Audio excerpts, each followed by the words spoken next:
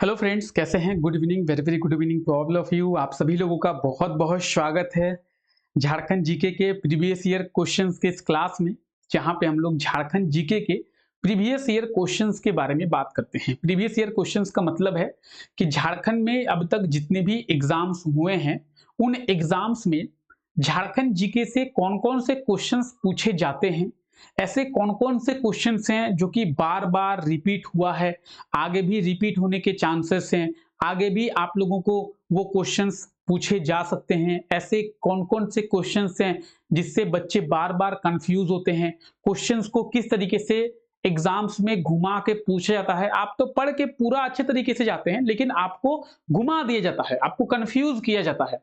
तो उन सभी चीजों के बारे में इस क्लास में हम लोग समझने का प्रयास करते हैं और झारखंड की जीके के सभी मोस्ट इंपॉर्टेंट क्वेश्चंस के बारे में डिस्कस करते हैं।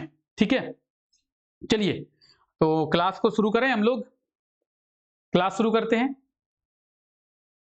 क्लास शुरू करें, चलिए क्लास शुरू करते हैं। सभी लोग एक बार क्लास को लाइक कर देंगे। Let's start the class. Okay, पहला क्वेश्चन है कि तेनूघाट तापीय विद्युत स्टेशन की कुल स्थापित बिजली उत्पादन क्षमता क्या है। यानी मोटे मोटे तौर पर यह पूछा जा रहा है कि तेनूघाट का जो थर्मल पावर प्लांट है उसकी कैपेसिटी कितनी है। बस इसी क्वेश्चन को सोचिए, कितना घुमा के पूछा गया है, लेकिन मोटे मोटे तौर पर क्वेश्चन ये है कि तेनूघाट जो थर्मल पावर प्लांट है, उस तेनूघाट थर्मल पावर प्लांट की कैपेसिटी कितनी है, बताएंगे क्या होगा। और ये क्वेश्चन पूछा गया है जेएसएससी सीजीएल में, जेएसएससी सीजीएल में पूछा गया है। बताएंगे ऑप्शन ए, बी, सी या डी, क्या होगा सही आंसर। अगर हम लोग बात करें तेनूघाट थर्मल पावर प्लांट की, तो इसका जो कैपेसिटी है वो 420 मेगावाट। कितना है? 420 मेगावाट। यानी ऑप्शन सी बिल्कुल सही आंसर हो जाएगा। तेनूघाट थर्मल पावर प्लांट की अगर बात करें तो उसकी कैपेसिटी 420 मेगावाट की है। आप देखेंगे यहां पे लिखा हुआ है कि Tenughat thermal power plant, Tenughat thermal power plant कहां पे है? झारखंड के बोकारो जिले में है। कहां पे है? झारखंड के बोकारो जिले में है। चलिए क्या हो रहा है भाई, ठीक है। इसकी अगर हम लोग कैपेसिटी की बात करें, 210 करके दो थर्मल पावर प्लांट है, तो टोटल कैपेसिटी कितनी है? 420। 210 करके दो प्लांट है, तो 210 करके दो प्लांट है, तो टोटल कैपेसिटी कितनी हुई? 420। ठीक है। और कहा जा रहा है कि 660 करके दो और प्लांट की स्थापना की जाएगी। अभी तो किया गया नहीं है, तो जब किया जाएगा तो 660 यानी कितना होगा? 1320। तो 1320 बढ़ेगा, लेकिन अभी नहीं बढ़ा है। अगर अभी बात की जाए, अभी कितनी है? तो 420। सीजीएल में पूछा गया है जी, जेएसएससी सीजीएल में पूछा गया है। तो सोचिए किस प्रकार से एग्जाम में क्वेश्चंस को घुमाया जाता है। बस क्वेश्चन इतना सा है, तो तेनूघाट थर्मल पावर प्लांट का कैपेसिटी कितना है? तो 420 मेगावाट। ठीक है, चलिए आगे बात करते हैं।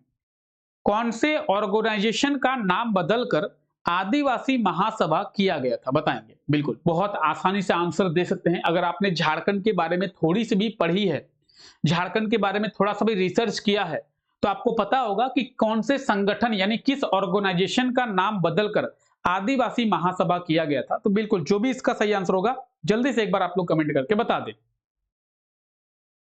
अगर हम लोग बात करें आदिवासी महासभा की, तो आदिवासी महासभा किसका नाम बदलकर किया गया था? छोटा नागपुर उन्नति समाज। पहले छोटा नागपुर उन्नति समाज था, और छोटा नागपुर उन्नति समाज का नाम चेंज करके आदिवासी महासभा किया गया। यानी ऑप्शन ए बिल्कुल सही आंसर हो जाएगा। ठीक है। और आदिवासी महासभा के जो पहले अध्यक्ष हैं वो जयपाल सिंह मुंडा को बनाया गया। तो अगर आपसे पूछे कि आदिवासी महासभा का पहला अध्यक्ष कौन बना, या फिर आदिवासी महासभा का पहला अध्यक्ष किसे बनाया गया था, तो जयपाल सिंह मुंडा को आदिवासी महासभा का पहला अध्यक्ष बनाया गया था। क्लियर? क्लियर है? ठीक है। उन्नति समाज, छोटा नागपुर उन्नति समाज था पहले, और उसे ही आदिवासी महासभा उसका नाम चेंज करके किया गया है। ठीक है, चलिए झारखंड के कौन से डांस फॉर्म को इंटरनेशनल लेवल पर फेमस किया गया है? बताएंगे। झारखंड का ऐसा कौन सा डांस फॉर्म है जो कि इंटरनेशनल लेवल पर फेमस है? तो झारखंड में आई थिंक एक ही डांस है जो कि इंटरनेशनल फेमस है, झारखंड में ही वो बहुत कम फेमस है। झारखंड का जो छऊ डांस है, छऊ डांस आप जानते होंगे झारखंड में ही ये कम फेमस है। अगर हम लोग छऊ डांस की ओरिजिन की बात करें, उत्पत्ति की बात करें, तो झारखंड से उत्पत्ति हुआ है जी छऊ डांस का। झारखंड के सरायकेला खरसावां जिले से छऊ डांस की उत्पत्ति मानी जाती है, लेकिन झारखंड में ही कम फेमस है। आप जाएंगे उड़ीसा, तो उड़ीसा में बहुत फेमस है छऊ डांस। आप जाएंगे वेस्ट बंगाल, तो वेस्ट बंगाल में बहुत फेमस है, छत्तीसगढ़ में फेमस है, लेकिन झारखंड में ही कम फेमस है। तो क्या होगा सही आंसर? ऑप्शन डी, छऊ। कुछ देखेंगे, कुछ इस प्रकार से छऊ डांस जो है वो की जाती है और इसे इंटरनेशनल लेवल पर फेमस है जी, बहुत फेमस है, बहुत फेमस है। झारखंड में ही इसको पहचान नहीं मिल पाई, केवल झारखंड के लोगों को ही इसके बारे में नहीं पता है, लेकिन इंटरनेशनल लेवल की बात करें तो छऊ डांस फेमस है। तो अगर इस क्वेश्चन की बात करें तो इस क्वेश्चन का सही आंसर ऑप्शन डी होगा। क्लियर है? आइए आगे बात करते हैं। उधवा पक्षी अभयारण्य यानी उधवा बर्ड सेंचुरी कहां पे है? ये आपसे पूछा जा रहा है कि उधवा बर्ड सेंचुरी कहां पे है। बिल्कुल बहुत ही आसानी से आप इसका आंसर दे सकते हैं कि उधवा बर्ड सेंचुरी कहां पे है। उधवा बर्ड सेंचुरी के बारे में आपको याद रखना है, उधवा लेक के बारे में याद रखना है। कई बार एग्जाम में उधवा लेक के बारे में पूछा जाता है। आप देखेंगे अभी रिसेंट के जो एग्जाम्स हो रहे हैं झारखंड में, उसमें झारखंड में सबसे ज्यादा लेक से पूछा जा रहा है, झारखंड के गर्म जलकुंड नहीं पूछे जा रहे हैं। झारखंड में आप देखेंगे वाटरफॉल्स बहुत कम पूछे जाते हैं, लेकिन अब लेक पूछा जाता है कि डिमना लेक कहां पे है। अभी सीजीएल का एग्जाम हुआ था 2024 में, तो उसमें पूछा गया था डिमना लेक कहां पे है। बताएंगे? किसी को आइडिया है? डिमना लेक, डिमना झील बताएंगे? जमशेदपुर में है। अभी यहाँ पे Udhwa bird sanctuary, Udhwa bird sanctuary आपको याद रखना ही है, क्योंकि पूरे झारखंड में केवल आपको एक ही बर्ड सेंचुरी देखने को मिलेगा। झारखंड में ऐसा नहीं है कि बहुत ज्यादा बर्ड सेंचुरी है, झारखंड में एक ही बर्ड सेंचुरी है और वो है साहेबगंज जिले में।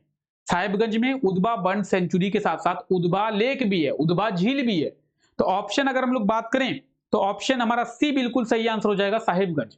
साहेबगंज में उधवा पक्षी अभयारण्य और उधवा झील दोनों है। ठीक है, ऑप्शन सी आप देख सकते हैं, यह है उधवा बर्ड सेंचुरी और ये है कहां पे? तो ये साहिबगंज में है।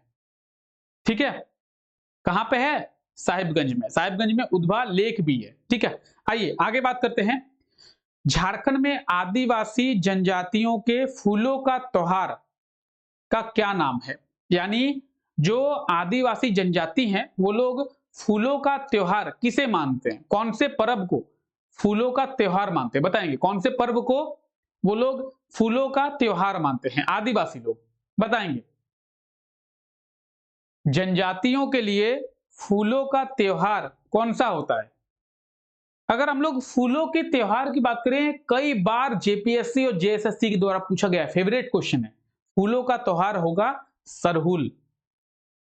क्या होगा? सरहुल। ऑप्शन बी बिल्कुल सही आंसर हो जाएगा, सरहुल। ठीक है, क्लियर? कोई दिक्कत है? बताएंगे? अच्छा, एक और चीज पूछा जाता है कि ऐसा कौन सा पर्व है जो कि झारखंड में 2 बार मनाया जाता है? तो आप देखेंगे छठ, छठ झारखंड में 2 बार या फिर बिहार में भी 2 बार मनाया जाता है। ठीक है, तो यहां पे सही आंसर क्या होगा? फूलों का त्योहार, सरहुल बिल्कुल सही आंसर हो जाएगा, फूलों का त्योहार। ठीक है, आइए आगे बात करते हैं। कौन सा जिला बटाने जलाशय परियोजना से जुड़ा हुआ है? बहुत बहुत इंपॉर्टेंट क्वेश्चन है, बटाने जलाशय परियोजना। बताएंगे? किसी को पता है? किसी को आइडिया है बटाने जलाशय परियोजना के बारे में? देखते हैं। बटाने जलाशय परियोजना की अगर हम लोग बात करें तो ये कौन सा जिला होगा? बोकारो, सॉरी बोकारो कह रहे हैं, पलामू। क्या होगा? पलामू।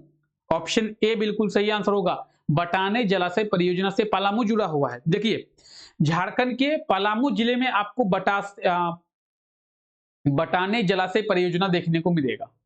ठीक है, छतरपुर और हरिहरगंज के सीमा पर यह स्थित है, बटाने जलाशय परियोजना। ठीक है, याद रखेंगे। तो बटाने जलाशय परियोजना कहां पे है? पलामू में।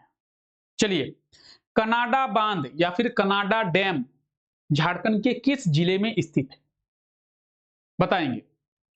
बहुत आसानी से आप आंसर दे सकते हैं कि कनाडा डैम। देखिए दोस्तों, अगर हम लोग बात करें कनाडा डैम की, तो ऐसा नहीं है कि कनाडा डैम कनाडा में है जी, झारखंड में है ये। नाम इसलिए कनाडा डैम दिया गया है कि ये जो डैम है उसका निर्माण कनाडा के हेल्प से किया गया है। इसका जो निर्माण है वो कनाडा के हेल्प से किया गया है। आपको पता होगा कनाडा एक कंट्री है जो कि आपको अमेरिका के पास देखने को मिलेगा। अमेरिका, यूएसए और कनाडा आपको देखने को मिलेगा। तो कनाडा में ऐसा नहीं है कनाडा डैम कनाडा में है। कनाडा डैम इसलिए इसका नाम दिया गया है क्योंकि ये जो डैम है वो कनाडा के हेल्प से बनाया गया है। ठीक है, तो कनाडा डैम है कहां पे? तो यह है दुमका में। कहां पे है? झारखंड की सब कैपिटल दुमका। ऑप्शन बी बिल्कुल सही आंसर हो जाएगा। झारखंड की सब कैपिटल दुमका में है कनाडा डैम। तो कई बार एग्जाम में पूछा जाता है कि कनाडा डैम कहां पे है। ये आप देखेंगे, ये है कनाडा डैम, ये है कनाडा डैम और ये झारखंड की सब कैपिटल दुमका में है। ठीक है, क्लियर? चलिए, अच्छा झारखंड की सब कैपिटल आपको जानते ही होंगे झारखंड की सब कैपिटल के बारे में। ठीक है, चलिए आगे बात करते हैं। जमशेदपुर शहर कौन से नदी के किनारे है? बताएंगे। देखते हैं कितने लोगों को पता है कि जमशेदपुर जो शहर है वो कौन से नदी के किनारे हैं। देखते हैं कितने लोगों को पता है। बहुत आसानी से आप आंसर दे सकते हैं। देखिए, अगर आपको आंसर नहीं पता है तो आप एलिमिनेट कर सकते हैं, लेकिन उसके लिए भी आपके पास नॉलेज होनी चाहिए। आप अगर बात करें दामोदर की, किसकी बात करें? दामोदर की, तो आप देखे होंगे दामोदर लातेहार जिले से निकलती है और लातेहार जिले से निकलकर ये वेस्ट बंगाल में चली जाती है धनबाद होके।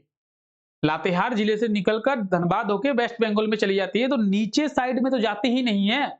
दामोदर नदी नीचे झारखंड के साउथर्न वाले पार्ट पे तो जाती ही नहीं है। जमशेदपुर झारखंड के साउथर्न वाले पार्ट में है। ठीक है, दामोदर नहीं हो सकता, यानी ऑप्शन बी गलत है। अच्छा, बराकर की अगर हम लोग बात करें, आप देखेंगे बराकर सर हजारीबाग के पद्मा से निकलती है। अगर आप झारखंड के नदियों के बारे में पढ़े होंगे तो, अगर आपने झारखंड के नदियों के बारे में नहीं पढ़ा है तो झारखंड की नदियों का लेक्चर रिसेंटली अपलोड किया गया है, आप जाके देख ले। आप देखेंगे सर बराकर हजारीबाग के पद्मा से निकलता है। हजारीबाग ऊपर में है, तो हजारीबाग से कोडरमा होते हुए निकलते हुए ये धनबाद होते हुए वेस्ट बंगाल में जाके दामोदर नदी के साथ मिल जाती है। तो बराकर भी नहीं हो सकता। अच्छा सर, मयूराक्षी तो हो सकता है, लेकिन मयूराक्षी कैसे होगा? ये तो दुमका वाले पार्ट में है, संथाल परगना वाले पार्ट में है। तो मयूराक्षी संथाल परगना में है, दुमका में है, तो मयूराक्षी भी नहीं हो सकता। यानी ऑप्शन बी, सी और डी तीनों नहीं हो सकते हैं। तो ऑप्शन ए बिल्कुल सही आंसर होगा।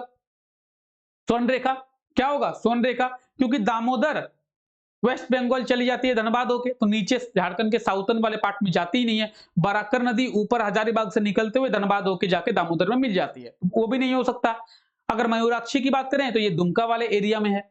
तो ऑप्शन क्या होगा? ए बिल्कुल सही आंसर होगा, स्वर्णरेखा।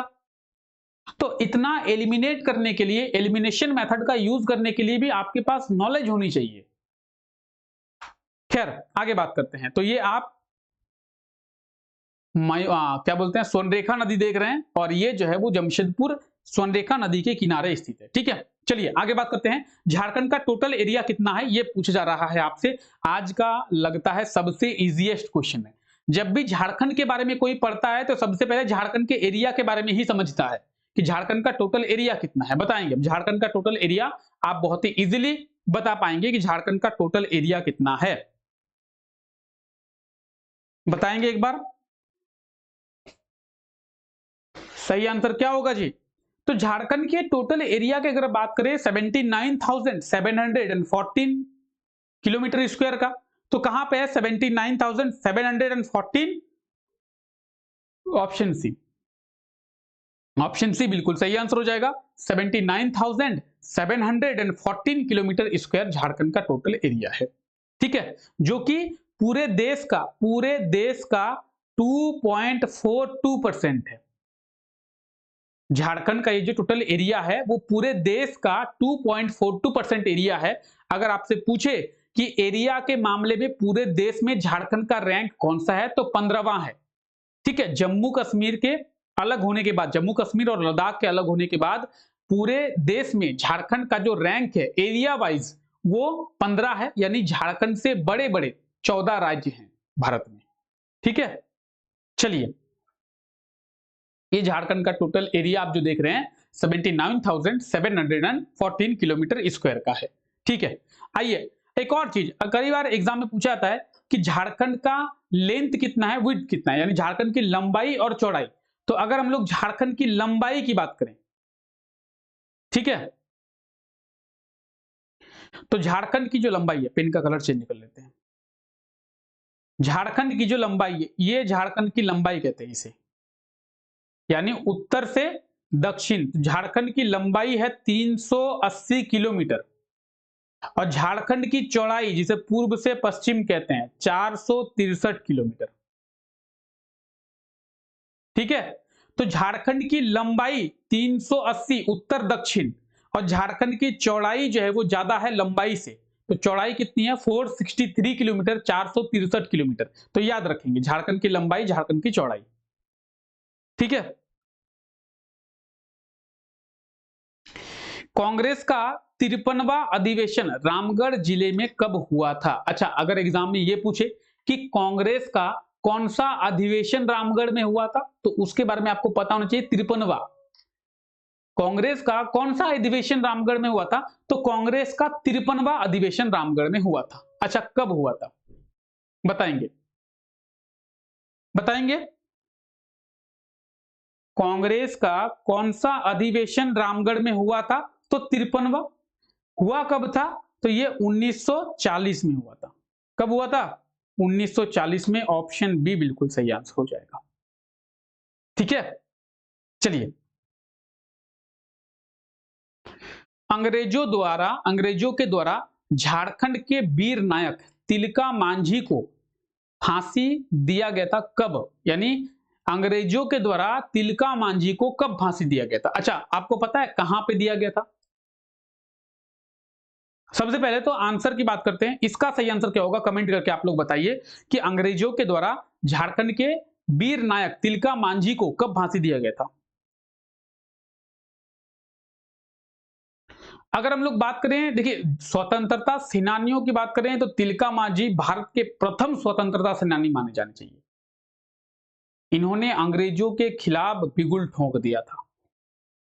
अगर हम लोग बात करें फांसी की तो इन्हें जो है वो फांसी दी गई थी 1785 में। कहां पे? बिहार में। बिहार में कहां पे? भागलपुर में। कहां पे दी गई थी? भागलपुर में। बिहार के भागलपुर में 1785 में तिलका मांझी को अंग्रेजों के द्वारा फांसी दे दी गई थी। ऑप्शन डी बिल्कुल सही आंसर हो जाएगा। ठीक है, तिलका मांझी जानते होंगे आप लोग, पढ़े होंगे इनके बारे में। ठीक है, तिलका मांझी को भागलपुर में किस पेड़ पर फांसी दी गई थी बताएंगे? अब हम लोग बात किए कि तिलका मांझी को 1785 में बिहार के भागलपुर में फांसी दी गई थी, तो यहां पे पूछा रहा है कौन से पेड़ में फांसी जो दी गई थी, इन्हें पेड़ पे टांग कर दी गई थी। तो बताएंगे किस पेड़ पर इन्हें जो है वो फांसी दिया गया था? किन्हें? तिलका मांझी को। क्या होगा सही आंसर? तिलका मांझी को किस पेड़ पर? तो इसका बिल्कुल सही आंसर क्या होगा? बरगद के पेड़ पर। ऑप्शन डी, बरगद के पेड़ पर 1785 में भागलपुर में इन्हें फांसी दी गई थी अंग्रेजों के द्वारा। ठीक है, चलिए झारखंड में सिंचाई का मुख्य स्रोत क्या है या फिर झारखंड में सिंचाई का मुख्य साधन क्या है? कहने का यह मतलब है कि झारखंड में सबसे ज्यादा जो सिंचाई है वो किस चीज से किया जाता है। कहने का मतलब यही है कि झारखंड में सबसे ज्यादा जो सिंचाई है वो किस चीज से किया जाता है? क्या होगा सही आंसर बताएंगे? अगर हम लोग बात करें झारखंड में सिंचाई की तो सबसे ज्यादा जो सिंचाई है झारखंड में वो किससे? कुआं से किया जाता है। कुआं से। झारखंड में सिंचाई का मुख्य साधन या फिर मुख्य स्रोत क्या है? तो कुआं है। क्या होगा सही आंसर? तो ऑप्शन बी कुआं। क्या होगा? ऑप्शन बी कुआं। झारखंड में ज्यादातर जो सिंचाई है वो कुआं से की जाती है। ठीक है, क्लियर? चलिए आगे बढ़ते हैं। दालमा वाइल्ड लाइफ सेंचुरी किस जानवर के लिए फेमस है, यानी कौन से जानवर के लिए प्रसिद्ध है बताएंगे? दालमा वन्यजीव अभयारण्य, दालमा वाइल्ड लाइफ सेंचुरी बताएंगे? दालमा वाइल्ड लाइफ सेंचुरी किस लिए फेमस है? तो अगर हम लोग दालमा वाइल्ड लाइफ सेंचुरी की बात करें, ये फेमस है हाथी के लिए। ये है दालमा वाइल्ड लाइफ सेंचुरी, और ये किस लिए फेमस है? तो ये हाथी के लिए फेमस है। अच्छा, कोई बता सकता है दालमा वाइल्ड लाइफ सेंचुरी है कहां पे? कोई आप में से बता सकता है दालमा वाइल्ड लाइफ सेंचुरी है कहां पे? कहीं तो होगा झारखंड में। कहां पे है ये? तो ये आपको देखने को मिलेगा जमशेदपुर में। अगर एग्जाम में पूछ ले कि दालमा वाइल्ड लाइफ सेंचुरी कहां पे है, तो जमशेदपुर में है। कहां पे है? जमशेदपुर में। ठीक है, और ये है आज का हमारा लास्ट क्वेश्चन। झारखंड में सर्वाधिक कौन सी मिट्टी पाई जाती है? बताएंगे। झारखंड में सर्वाधिक जो है वो कौन सी मिट्टी पाई जाती है? झारखंड में सबसे ज्यादा कौन सी मिट्टी जो है वो पाई जाती है? क्या होगा सही आंसर? अगर झारखंड में मिट्टी की बात करें तो झारखंड में सबसे ज्यादा जो है आपको देखेंगे लाल मिट्टी पाई जाती है। कौन सी मिट्टी पाई जाती है? लाल। लगभग झारखंड के 80 से लेकर 85% एरिया पे आपको लाल मिट्टी ही देखने को मिलेगी। झारखंड में 80 से लेकर 85% एरिया में आपको कौन सी मिट्टी? लाल मिट्टी देखने को मिलेगी, यानी ऑप्शन ए बिल्कुल सही आंसर हो जाएगा। अगर लाल मिट्टी की बात करें तो आप देखेंगे ये जो है ये लाल मिट्टी है, यानी ये जो आप पूरा एरिया देख पा रहे हैं, ये पूरा लाल मिट्टी है।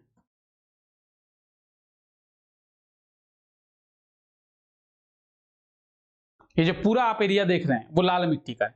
तो झारखंड के 90 से लगभग आप 80% एरिया माने कि झारखंड के 80% एरिया में आपको कौन सी मिट्टी देखने को मिलेगी? झारखंड के 80% एरिया में आपको लाल मिट्टी देखने को मिलेगी। ठीक है, चलिए, तो ये था आज का हमारा लास्ट क्वेश्चन जिसके बारे में हम लोग समझे और झारखंड के सभी क्वेश्चंस के बारे में डिस्कस किए। आई होप कि आपको झारखंड के सभी क्वेश्चन समझ में आए होंगे। प्रॉपर अच्छे तरीके से आप लोगों को सभी चीजें बताई भी गई और प्रॉपर अच्छे तरीके से सभी चीजें डिस्कस भी किए। कहीं ना कहीं आपको एक ओवरव्यू भी मिला होगा कि झारखंड के एग्जाम्स में किस तरीके से प्रश्न पूछे जाते हैं, झारखंड के एग्जाम्स में क्वेश्चंस का पैटर्न कैसा रहता है, क्वेश्चन कितने टफ होते हैं, क्वेश्चन कितने ईजी होते हैं, क्वेश्चंस को किस प्रकार से घुमाया जाता है। तो एक ओवरव्यू कहीं ना कहीं इस क्लास से आपको मिलेगा। ठीक है, तो चलिए फिलहाल आज के इस क्लास को हम लोग यहीं तक रखते हैं। आई होप सो कि आज का ये क्लास आपको अच्छा लगा होगा। क्लास अच्छा लगा तो क्लास को लाइक करना ना भूले। मिलते हैं आप लोगों से नेक्स्ट क्लास में, तब तक के लिए thank you, take care, bye bye.